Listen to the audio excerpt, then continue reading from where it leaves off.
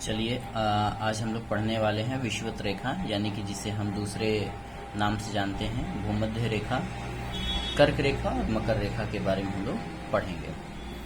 पहली बात ये कि अगर पूरी पृथ्वी को हम गोला मान लें और इस पूरी पृथ्वी को इतनी बड़ी है कि इसको हम एक साथ पढ़ना थोड़ा सा कठिन हो जाता है, तो अपनी सुविधा के लिए वैज्ञानिकों ने, जो बड़े बड़े ज्ञाता हैं, उन लोगों ने इस पृथ्वी के दो भाग कर दिए, यानी कि काल्पनिक रेखाओं में बांट दिए हैं कि एक गोली से पृथ्वी है और उसको हम बीच से एक काल्पनिक रेखा गुजारते हैं तो ये पृथ्वी छोटी हो जाती है, यानी कि एक आधा उधर हो जाता है, आधा इस साइड हो जाता है। तो आधा जो ऊपर की साइड का होता है उसको बोलते हैं उत्तरी गोलार्ध, यानी कि गोला का आधा हो जाता है, ये वाला पोर्शन ये हो गया उत्तरी गोलार्ध।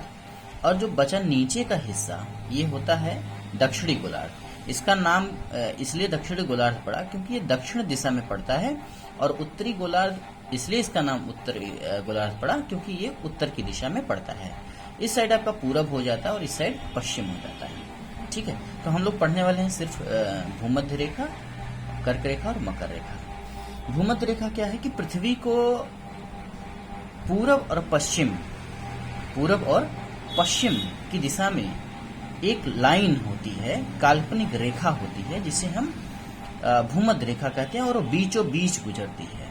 ठीक है, पृथ्वी के बीचों बीच गुजरती है, जिसे हम विषुवत रेखा या विषुव रेखा या भूमध्य रेखा के नाम से जानते हैं।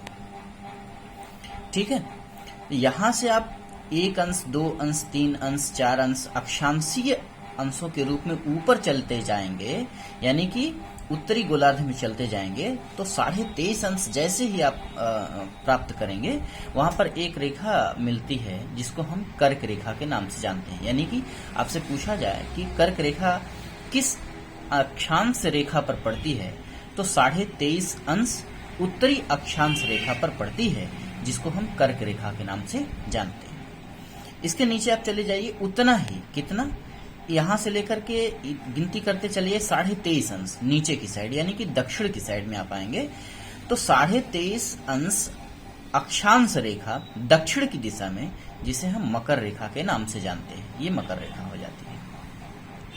और यहां पर ये है दक्षिणी ध्रुव और यहां पर ये है उत्तरी ध्रुव। ठीक, यह यहां पे कंप्लीट होता है। अब हम लोग आते हैं यहां भूमध्य रेखा, कर्क रेखा और मकर रेखा, यानी कि ये तीनों, कर्क रेखा, भूमध्य रेखा और ये मकर रेखा, तीनों किस महाद्वीप से गुजरती हैं, तो ये है महाद्वीप अफ्रीका महाद्वीप, यानी कि अफ्रीका महाद्वीप से तीनों अक्षांशीय रेखाएं गुजरती हैं। भूमध्य रेखा और मकर रेखा, यानी कि ये वाली, ये भूमध्य रेखा और मकर रेखा किस महाद्वीप से गुजरती हैं, तो दक्षिण अमेरिका महाद्वीप से गुजरती है। ठीक है, अब आप जो हमने बताया कि कर्क रेखा उत्तरी गोलार्ध में 23.5 अंश उत्तरी अक्षांश रेखा को कर्क रेखा कहते हैं, ये जो कर्क रेखा है। ठीक है, मकर रेखा क्या होगी, दक्षिण गोलार्ध में 23.5 अंश दक्षिणी अक्षांश रेखा को मकर रेखा कहते हैं।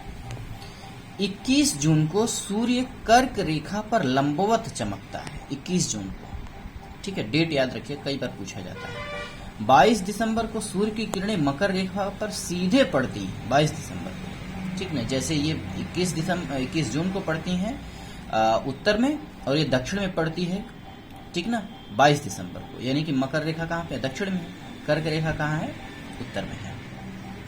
अब ये जो भूमध्य रेखा है, जिसको हम विषुवत रेखा के नाम से जानते हैं, ये लगभग 13 देशों से होकर के गुजरती है। इन देशों का नाम याद रख लीजिए, इक्वाडोर यहाँ पे है, कोलंबिया, ब्राजील, गैबन, कांगो गणराज्य, कांगो लोकतांत्रिक गणराज्य, Uganda, Kenya, Somalia, Maldives, Indonesia, Kiribati और साओ टोम प्रिंसिप। ये 13 देश ऐसे हैं जिनसे होकर के हमारी भूमध्य रेखा गुजरती है। 1, 2, 3, इधर 13 नंबर है, 4, 5, 6, 7, 8, 9, 10, 11 और 12, यानी कि 13 देश जो हैं भूमध्य रेखा पर स्थित है। ठीक है, ये भूमध्य रेखा से संबंधित कुछ आपको टिप्स हैं। ठीक, थैंक यू, धन्यवाद।